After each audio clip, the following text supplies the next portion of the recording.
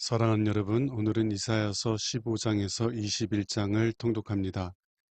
오늘 본문에서 이사야 선지자는 모압과 아수르와 바벨론과 애굽에 대한 하나님의 심판의 말씀을 전합니다. 그리고 그들이 받게 될 심판에 대해 애통합니다. 오늘 말씀을 통해서 인류를 심판하실 수밖에 없는 하나님의 슬픔과 아픔에 대해 묵상해 보시기 바랍니다. 15장 모압에 대한 예언. 이것은 모압에 대한 말씀이다. 하룻밤에 모압의 아르성과 길성이 망하여 황폐할 것이다. 디본 사람들이 그들의 산당에 올라가 슬피 울며 모압 사람들이 느보와 메드바성의 운명에 대하여 통곡하는구나. 그들은 슬퍼서 자기들의 머리를 밀고 수염을 깎았으며 거리에서는 사람들이 굵은 삼배를 걸치고 다니며 옥상과 광장에서는 통곡하고 슬퍼하는 소리가 들려오고 있다. 헤스본과 엘르알레 사람들의 부르짖는 소리가 멀리 야하스까지 들리므로 모압의 가장 용감한 군인들까지도 두려워 떨며 낙심하고 있다. 모압을 생각하니 내 마음이 슬퍼지는구나. 그 백성들은 소알과 에글라슬리시아로 도망하고 루힛 비탈길로 올라가며 슬피 울고 호르나임으로 가는 길에서 그들의 멸망을 탄식하고 있다. 니무림 시냇물이 마르고 그 시냇가에 풀이 시들어 푸른 것이 없어졌구나. 그래서 사람들이 짐을 꾸려가지고 버드나무 시내를 건너가고 있다. 모압의 온 땅에 통곡 소리가 메아리치고 슬피 부르짖는 소리가 에글라임과 부엘 엘리메까지 들리며 디본 시내는 피로 붉게 물들었다. 그래도 하나님은 디본의 재앙을 더 내리실 것이다. 모압의 피난민들과 그 땅에 남아있는 사람들에게 피비린내 나는 사륙이 있을 것이다. 16장 모압 피난민들은 셀라에서 유다 왕에게 양들을 선물로 보내고 아르논 강변에서 기다리며 보금자리에서 쫓겨난 새처럼 목적 없이 왔다 갔다 하는구나. 그들이 유다 사람들에게 말한다. 우리가 어떻게 했으면 좋을지 가르쳐 주시오. 우리는 도망쳐 나온 피난민들입니다. 우리를 숨겨 보호해 주시고 사람들의 눈에 발각되지 않게 해 주십시오. 우리를 당신들의 땅에 머물게 해 주시고 우리를 죽이려고 하는 자들에게서 우리를 지켜 주십시오.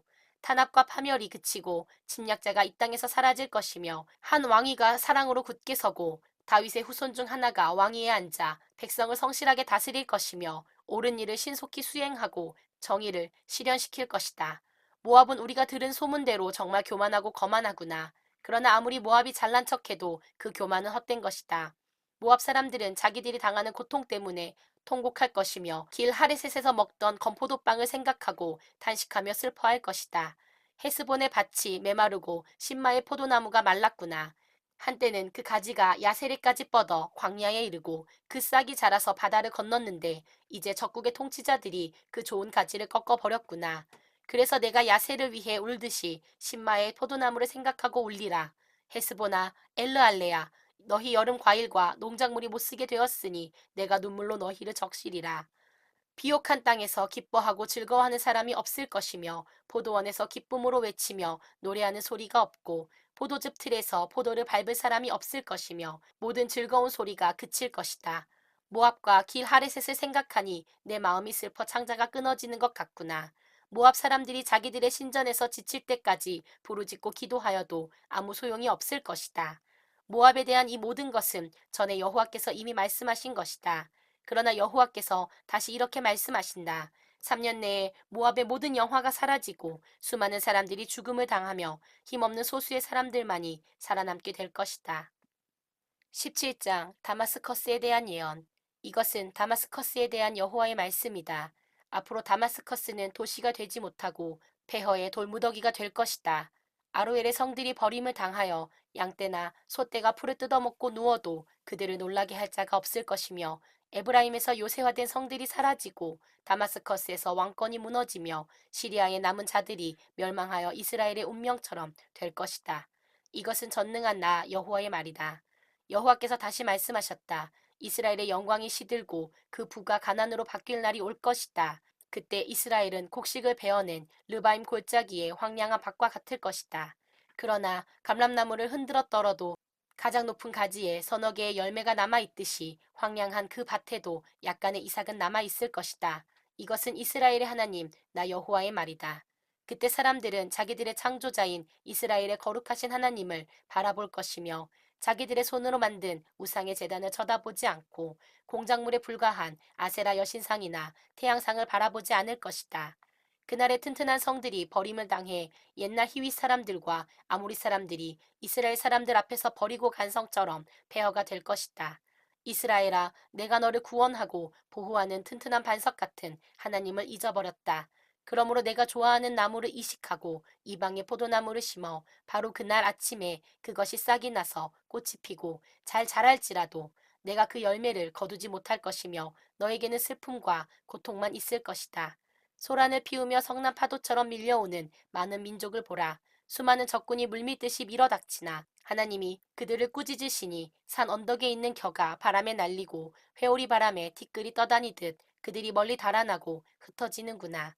그들이 저녁에는 가공할 만한 존재였으나 아침이 되기도 전에 사라져 버렸으니 이것이 하나님의 백성을 약탈하는 자들의 운명이다. 18장 에티오피아에 대한 예언. 나일강 상류에 날개치는 소리가 들리는 땅이 있으니 그 땅에서 사절단이 갈대로 만든 배를 타고 나일강으로 내려오는구나. 날쌘 사자들아 집으로 돌아가거라. 땅이 강으로 나누어진 나라. 막강하여 다른 민족을 짓밟는 너희 나라로 돌아가거라. 키가 크고 탄력 있는 피부를 가진 백성, 온 세상을 두렵게 하던 너희 백성에게 돌아가거라. 세상에 사는 모든 사람들아 들어라. 산 꼭대기에 길을 세우거든 너희는 그것을 보고 나팔을 불거든 그 소리에 귀를 기울여라. 여호와께서 나에게 이렇게 말씀하셨다. 추수 때에 따뜻한 밤에 이슬이 말없이 맺히고 한낮에 햇볕이 소리 없이 내리쬐듯이 내가 하늘에서 조용히 내려다 보리라. 추수하기 전 꽃이 떨어지고 포도가 맺혀 익어갈 때에 한창 뻗어나가는 포도나무 가지를 잘라버리듯이 내가 아시리아군을 쳐서 그들의 시체를 독수리와 들짐승에게 던져줄 것이니 여름에는 독수리가 먹고 겨울에는 들짐승이 먹을 것이다. 땅이 강으로 나누어진 나라, 막강하여 다른 민족을 짓밟는 나라, 키가 크고 탄력 있는 피부를 가진 백성, 온 세상을 두렵게 하던 이 나라 백성들에게 전능하신 여호와께서 예물을 받을 날이 있을 것이니 그들이 전능하신 여호와가 경배를 받으시는 시온산을 찾을 것이다. 19장 이집트에 대한 예언. 이것은 이집트에 대한 말씀이다. 여호와께서 빠른 구름을 타시고 이집트로 가실 것이니 이집트 우상들이 그 앞에서 떨 것이며 이집트 사람들이 두려워서 새파랗게 질릴 것이다. 여호와께서 말씀하신다. 내가 이집트 사람의 마음을 충동하여 형제가 형제를 치게 하고 이웃이 이웃을, 도시가 도시를, 나라가 나라를 서로 치게 할 것이다. 내가 이집트 사람들의 계획을 좌절시키며 그들의 사기를 저하시킬 것이니 그들은 자기들의 우상에게 도움을 구하고 마술사와 영매와 무당을 찾아다닐 것이다. 내가 이집트 사람들을 폭군과 같은 잔인한 왕의 손에 넘겨줄 것이니 그가 이집트 사람들을 다스릴 것이다. 이것은 전능한 나 여호와의 말이다. 나일 강물이 점차 줄어 강바닥이 마를 것이며 운하에서 악취가 나고 이집트의 시내가 다 마르며 갈대와 골풀이 썩고 나일 강변의 푸른 것이 다 말라 없어질 것이며 그 일대의 모든 농작물이 시들어 없어질 것이다. 나일 강에서 고기를 잡아 생계를 유지하던 모든 사람들이 슬퍼하고 탄식할 것이니 낚시와 그물을 던지는 자들의 생활이 피곤할 것이다. 삶과 무명이 없어서 배 짜는 자들이 낙심할 것이며 배 공장이 문을 닫고 모든 고용인들이 근심할 것이다. 소안의 지도자들은 정말 어리석구나. 이집트의 가장 지혜로운 사람들도 어리석은 조언을 하는구나. 그들은 어떻게 바로에게 자기들이 지혜로운 자들의 자손이며 옛 왕들의 후손이라고 말할 수 있는가? 이집트 왕이여, 너의 지혜로운 자들이 어디 있느냐? 그들이 만일 지혜롭다면 이집트에 대한 전능하신 여호와의 계획을 너에게 말하게 하라. 수안의 지도자들은 어리석고 멤피스의 지도자들은 미혹되었구나. 그들은 자기 백성의 초석과 같은 자들인데도 이집트를 잘못 이끌어갔다. 여호와께서 그들에게 혼란한 마음을 주셔서 잘못된 조언을 하게 하셨으므로 그들이 매사에 이집트를 술 취한 사람처럼 비틀거리게 하였다. 그래서 이제는 지도자나 평민이나 그 어떤 사람도 이집트를 구제할 수 없게 되었다. 그날에 이집트 사람들이 여자처럼 소심하여 전능하신 여호와께서 그들을 벌하시려고 손을 뻗치는 것을 보고 떨며 두려워할 것이다. 이집트 사람들은 전능하신 여호와께서 그들을 벌하실 것이라는 소문을 듣고 유다를 몹시 두려워할 것이다. 그때 이집트의 5도시가 히브리어를 말하고 전능하신 여호와께 충성하겠다고 맹세할 것이며 그 중 하나가 태양의 도시라고 불려질 것이다. 이때 이집트의 중심부에는 여호와를 섬기는 제단이 있을 것이며 이집트 국경에는 여호와의 기념비가 있을 것이다. 이런 것은 이집트 사람들이 전능하신 여호와를 섬긴다는 증거와 상징이 될 것이다. 그들이 자기들을 괴롭히는 자들 때문에 여호와께 부르짖을 것이며 여호와께서는 한 구원자를 보내 그들을 구하실 것이다. 그가 이집트 사람들에게 자신을 알리실 것이며 그제서야 이집트 사람들이 여호와를 알고 그에게 제물과 예물을 드리며 경배하고 또 여호와께 서약하며 그 서약을 지킬 것이다. 여호와께서 이집트를 쳐서 벌하실 것이지만 그런 다음에는 다시 회복시키실 것이다.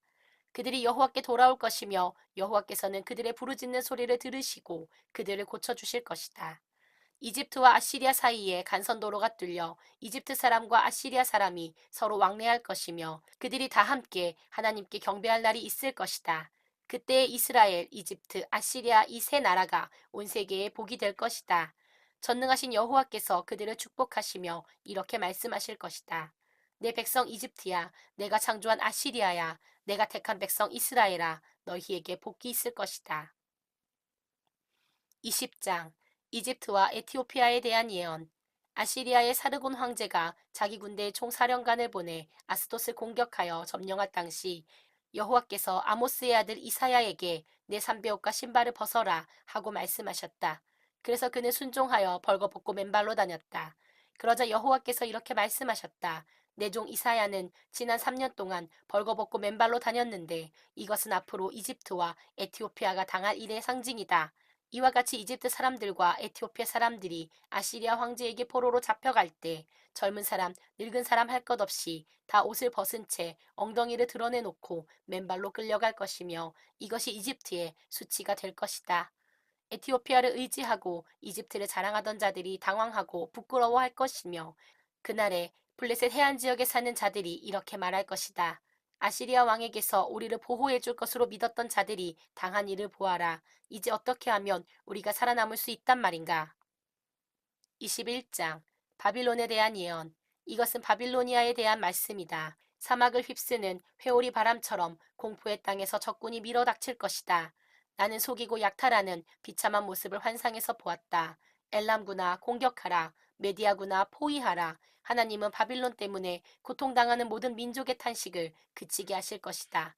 환상에서 보고 들은 것으로 인해서 내가 두려움에 사로잡혀 해산하는 여인처럼 고통을 당하는구나. 너무 무서워서 내 마음이 떨리고 내 심장이 두근거리며 내가 기다리던 희망의 서광은 공포로 변하고 말았다.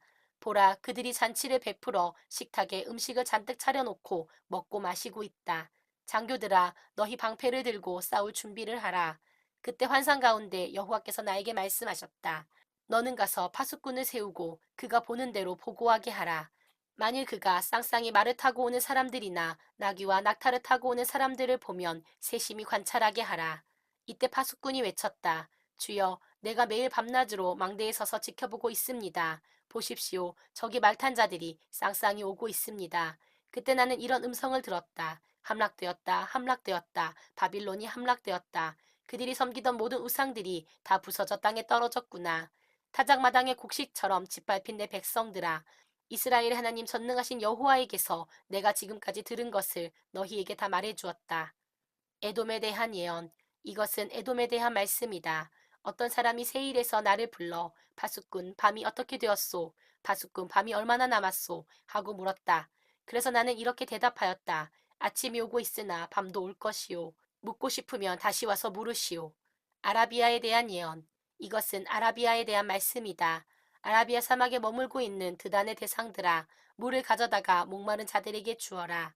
대마에 사는 사람들아, 피난민들에게 먹을 것을 주어라. 그들은 전쟁에서 칼과 화살의 위험을 피해 도망한 자들이다. 그때 여호와께서 나에게 말씀하셨다. 1년 내에 게달족의 모든 영광이 사라질 것이며 가장 용감한 그들의 궁수병들도 살아남는 자는 극소수에 불과할 것이다. 이것은 이스라엘의 하나님 나 여호와의 말이다.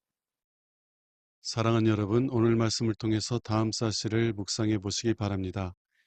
이사야 선지자는 16장 11절에서 이렇게 모압이 받을 심판에 대해 애통해야 합니다.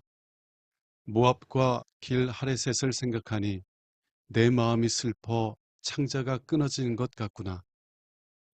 모압은 비록 아브라함의 조카 롯의 후손이지만 그러나 지속적으로 하나님을 떠나 우상을 섬겼던 민족이었으며 이스라엘의 대적이 되었던 민족이었습니다.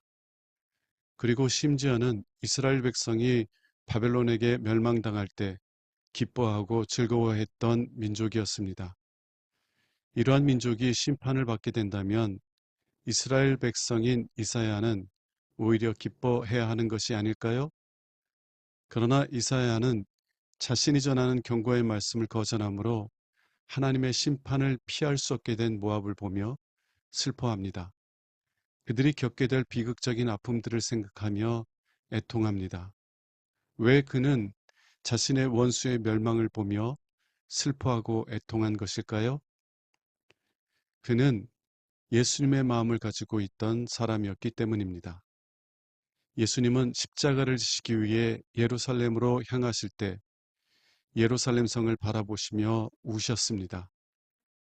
왜냐하면 그들이 예수님을 지속적으로 거절함으로 하나님의 심판을 피할 수 없는 상태에 이르렀기 때문입니다. 예수님은 자신을 십자가의 죽음에 내어줄 예루살렘 백성들이 받게 될 심판으로 인해 기뻐하시는 것이 아니라 오히려 애통해 하셨습니다. 왜냐하면 예수님은 죄인이 죄 가운데 죽는 것을 기뻐하시는 것이 아니라 죄로부터 돌이켜 사는 것을 기뻐하시는 분이시기 때문입니다. 사랑하는 여러분, 우리는 우리의 원수들이 심판을 받게 될 때 기뻐해서는 안 됩니다. 이사야처럼 그리고 우리 주님처럼 그들이 받게 될 비극적인 심판으로 인해 슬퍼할 수 있는 자가 되어야 할 것입니다.